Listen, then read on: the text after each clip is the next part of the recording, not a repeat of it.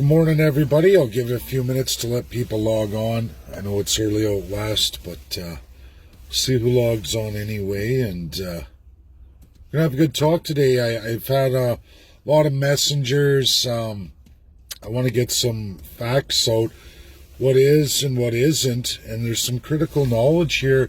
Some of the works I'm doing, and I really want people to share it out and to understand the world as it is, not the way a lot of people are narrating. And I know because I'm out there and there's a lot of loyal followers with me who will back up everything I'm saying, because a lot of them have got to participate in these things with me. So I guess I'd give it a few minutes. Hopefully people log on. It's pretty early, but unless my video's not running either, sometimes I don't get good service. Might have to restart it. Oh, there, people are starting to come on. Okay, excellent. Okay, I'm going to get into this video. I know it's early. There, I see Maggie. I think more people will start coming in. But I want to have a talk here. Everybody that's sharing about second Nuremberg trials. Not going to happen. Let's talk about Nuremberg trials. Military tribunal, post-World War II, absolutely against Nazi Germany. Very limited. Yes, there were 200 people out of more than 3,000 put through the process. 200 were absolutely executed in that time period between 1945 and conclusion 1949. It's not going to come back up, Nuremberg trials, unless there's somebody still alive today that is found out from that time that committed atrocious war crimes. A lot of history post-1949, people sentenced to death after that fact were commuted to life sentences. It's American too as well, the IMT. So there won't be any more Nuremberg trials. Anyone telling you there's a second set of Nuremberg trials for COVID or other global narratives, not true.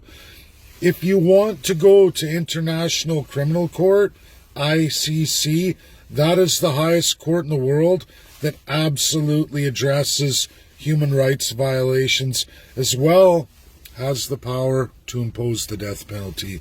Highest court in the world today, the only court to go to. And to get a judgment, you absolutely have to win the 5 allies. The same 5 allies from the Nuremberg trials. Nuremberg trials, specific, absolutely specific for Nazi Germany. So there will never be likely another Nuremberg trial. However, International Criminal Court, that's where you go. I'm trying to do that myself for the politicians over freedom of movement versus freedom of religion. Yesterday, massive win in Supreme Court, very predictable in the United States of America. The state of California lost on restricting freedom of religion. People are allowed to get together, you're allowed to worship, you're allowed to pray. So, Canada, wow. And why is that? Because again, Canada doesn't have any kind of codified constitution in relation to how to govern, rules of governance. People have to learn this. We are a constitutional monarchy. It's not communism. Canada has and always will be until we, the people, address it through who we elect for federal government. You can do it provincially too if you can convince a premier to absolutely enshrine a constitution, which, again, I'm going to say it again, there are 0 constitutions for the provinces of Canada who have serious division of powers. We haven't done that. No premier wants to give any true democracy to any citizens of any province or territory. None whatsoever. They're all bad. They're all corrupt. They're all anti-democratic. Again, it's not communism. It's constitutional monarchy, what's called small c, and they absolutely rule by civil decree. They can change the laws through legislature in a majority government any time. Absolutely all of your civil rights, which are 2/3 of the rights in Canada under our federal constitution, 2/3 of your rights are held in trust of the province to be administered by your premier. And the premier has 0 rules of governance, people.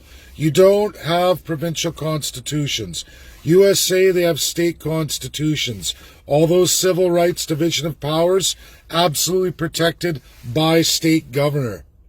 You go on to Russia, absolutely every region has their own regional constitution where 2/3 of their rights can't be touched by Vladimir Putin. Okay? Now, Justin Trudeau has what's called crown power. It's illegal, but he kept it. His predecessors from 1952, conservative predecessors from 1952, got together after King George died and said, hey, look, he died, the crown's out, it's sitting here, we have all this constitutional monarchy power embedded in our federal constitution that gives us full power and control over all the people, and we can absolutely usurp democracy any time we want. All we have to do is pick up the crown, put it on our head, utilize Governor General, Lieutenant Governors across every province, through an assigned Privy Council, again by the Prime Minister, the Senate, again all appointed absolutely by the Prime Minister. In Canada, the executive is monstrous in size, extremely powerful, and whoever is Prime Minister absolutely wears a crown of full colonial power. It's never left Canada. Never left. Only international law makes Canada change its course. It's only when the Five Allies enshrine something and impose it on Canada. That's all you people get. That's all we get as Canadian citizens. We are absolutely as bad as communism, if not worse. For whatever reason, Canadians can't wake up to the fact that absolutely only 11% of Canada is made available to you. Look at the map of Canada. Crown land federal, Crown land provincial. Why would there be a division like that? Why did Alberta have to fight for it? Because the League of Nations fell. Post-World War II, everything absolutely changed. The Allies made rules. And your governments are keeping it from you that absolutely this country has to be settled. There are First Nation claims, and there's the government trust, the Crown, which absolutely Prime Minister holds. Whoever you elect Prime Minister, you are basically electing King or Queen of Canada. That's what you do. King George died before he could finish the work. There was no amendment done post-1952 when the Crown was obligated to pull out of Canada. Absolutely. From that day forward, there was never another Governor General, Lieutenant Governors of every province and territory to be brought in from the UK. They all used to be. They all used to be Lords, Barons, you name it, from the UK. Not since 1952. They're all Canadians appointed absolutely by Prime Minister. That's the reality, everybody. Look it up. You'll find it's true. Chief Justice Wagner, who is sitting in the role of Governor General today, is rewriting the office. Any of you right now can Google search Governor General for the office of Governor General in Canada, and you will see all the rewrites. Justice Wagner's all over it. He's disclosing the truth. Is it everything we wanted? No, but at least he's putting it there. If you look through the descriptions, you're going to find everything I say is true. He has to do it. He's doing it. It's the same for Lieutenant Governor. Orders in council, what are those? Whenever the Prime Minister wants to use his superpowered executive power, which is basically a crown power from colonialism that they stole since 1952, whenever they don't want to use the parliamentary system, meaning full democracy, they do an order in council, meaning whoever he has ascended and swore an oath to his crown, his cabinet, and they become lifetime. You can all look this up. There's a whole list of how many there are in Canada. Every time, every incoming government who puts that crown on their head federally, they have a cabinet. That cabinet swears an oath to Her Majesty, which is your Prime Minister, and they swear an oath to that crown. Absolutely administered by Prime Minister. So are all senators, regardless of whoever you elect. Multi-party system? No, not really, not in the executive. Those senators must cross over as soon as the new Prime Minister is brought in, whichever party.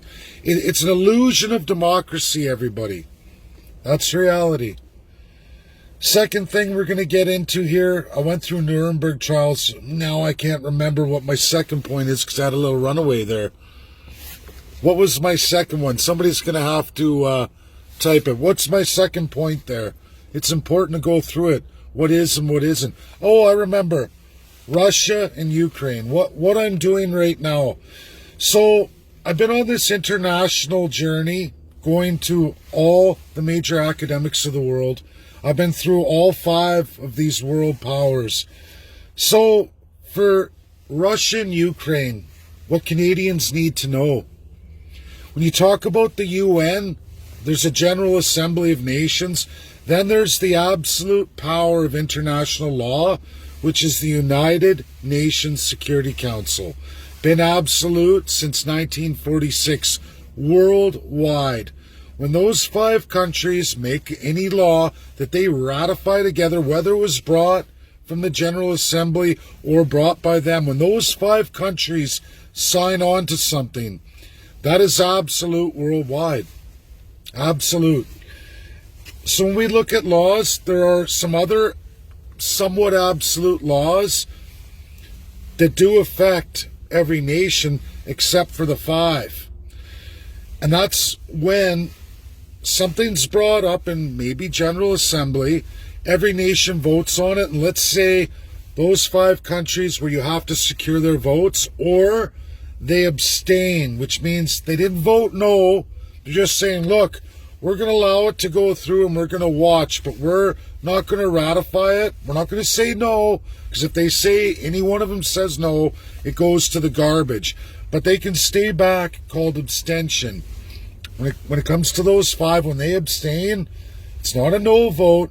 It's allowed to go through, but it's tentative, meaning any time that nation wants, they can come forward and say, nope, we changed our mind. No.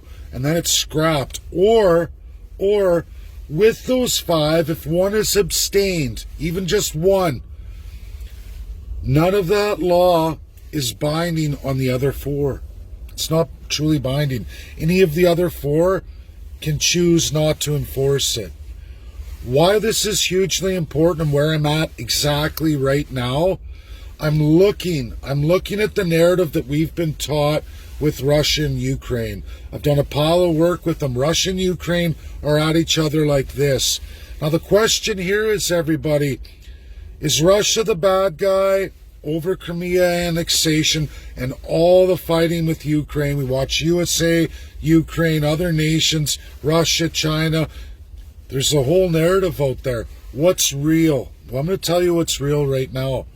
In 1948, 2 countries, Ukraine and Russia, absolutely abstained from the 1948 Declaration of Human Rights. So what does that mean? It means Russia and Ukraine don't really have to follow those laws if they don't want to. And of the other 4 countries, because Russia Federation is the one binding country in this equation, because of that, China doesn't have to follow any human rights today. They're allowed to violate at will, and there's no enforcement that can be done by the other nations of the UNSC, because Declaration of Human Rights 1948, I urge everybody to read it. It's the most powerful document, a super-powered what's the name here? Magna Carta, okay? It's a super powered version of the Magna Carta for the entire world. It's the newest version of Magna Carta, absolutely enshrined worldwide. Now, Russia just abstained, but because of that, when you look at China doesn't have to follow it. Even though they signed it, there's no mechanism to make China accountable for human rights violations. No one's going to teach you this stuff. This is what you have to go through when you get out there and you look at the world as it really is. In the West here, we get narratives that are mostly pushed by the US or UK, especially for Canada, absolutely pushed by UK. We don't always get the full truth. We get a Western or European version from the UK that's skewed. Now, Russia screams out every day on this stuff. Just now, 19 minutes ago, I responded to Dmitry. Dmitry is the assistant to the UN. He's mostly assigned to represent Russia on the world stage in other matters. Every representative, they're allowed two reps. Dmitry's one of them. He takes care of all the serious international stuff. And right now, the entire world, the allies have put sanctions on Russia because they did violate the law. Annexation in today's world is illegal. When we look at Crimea, military coup, they flipped and then they went to Russia. Predominantly, Crimea is one type of religion that's absolutely enshrined by the Russia Federation, not well liked in the Ukraine. There are human rights violations going back and forth right now. Russia is accusing Ukraine of it. The term bastards, the post I made last week about bastards, that's absolutely what Russia is saying. That comes right from Dmitry. They make a post about it. Now, the West doesn't understand what Dmitry's talking about, but here's the reality, everybody. With what China's doing today, if the USA and the other allies, but basically the USA, if the USA would drop sanctions on Russia for Crimea annexation, if they let that go and Russia agreed to sign the 1948 Declaration of Human Rights, all of those Magna Carta enshrined rights and massive human rights on this earth today become binding on the country of China. And now the world can shift and absolutely place sanctions on China for all their gross human rights violations. But the other half of that is Canada is susceptible to that now too. Canada is just as guilty as China with the First Nations right here in Canada, and the absolute power of colonialism and crown power that both conservatives and liberals have utilized and are imposing on all of us today. Why only 11% of Canada is available to Canadian citizens? If we get this job done, if we can convince America to sit down with Russia, get them talking, and Russia gets the sanctions dropped, in exchange, they sign the Declaration of Human Rights, we can all move forward as a world united. And we can start addressing massive human rights violations worldwide. And then you can get right back into ICC and Nuremberg trial type situations, which still occur around the world today. But we need China on board. We need to bind China. The only way to bind China is all the allies. Now, again, China signed the Declaration of Human Rights. It only takes Russia now. And so all of you know Ukraine is not innocent here. Not one bit. And the proof of that is they have not signed the 1948 Declaration of Human Rights. They abstained so they can continue to commit human rights atrocities. Russia Federation is bringing this to light. So this is the thing. If Ukraine isn't a bad guy, why will you not enshrine the Declaration of Human Rights 1948? We have to look at things, everybody, as they are, not how we're dictated to, or by other nations sending us information which may or may not be accurate. And it's not accurate. The proof of the pudding is, any one of you can look at this today, Declaration of Human Rights 1948. If you haven't read it, you should. Russia is not officially signed on. They abstained. Ukraine abstained, which means they don't have to follow any of that in their UN state. Same with Russia. So, what are we going to do, world? Where should the focus be right now? That's where it should be. And you want to talk about addressing real human rights, getting your country to be held to account? That's the action. That's where we have to go. Thank you. That's my video today. Get it shared out. There's a ton of great information in here for everybody. Whether people like it or not, this is absolute truth. No bullshit, no lies. I didn't create the term bastards. That's absolutely Russia Federation. You can read it. I know there's a Russian version, but I'm going to tell everybody right now, any time I've ever gone out with them and I've asked anything, I've said, could I please have this in English? And instantly I get it all in English. A lot of my loyal followers know it's true. Whether people want to say, hey, who is this guy? It's not that I'm nobody. I'm just treating the world as it truly is. And it's opening up to me by many, many nations, experts, scholars, and actual government officials. It's an incredible journey. I've been on it for 4 years, stayed the course, and I'm just going like this. That's my video today. Share it because it's true. Get it out there. Bye now.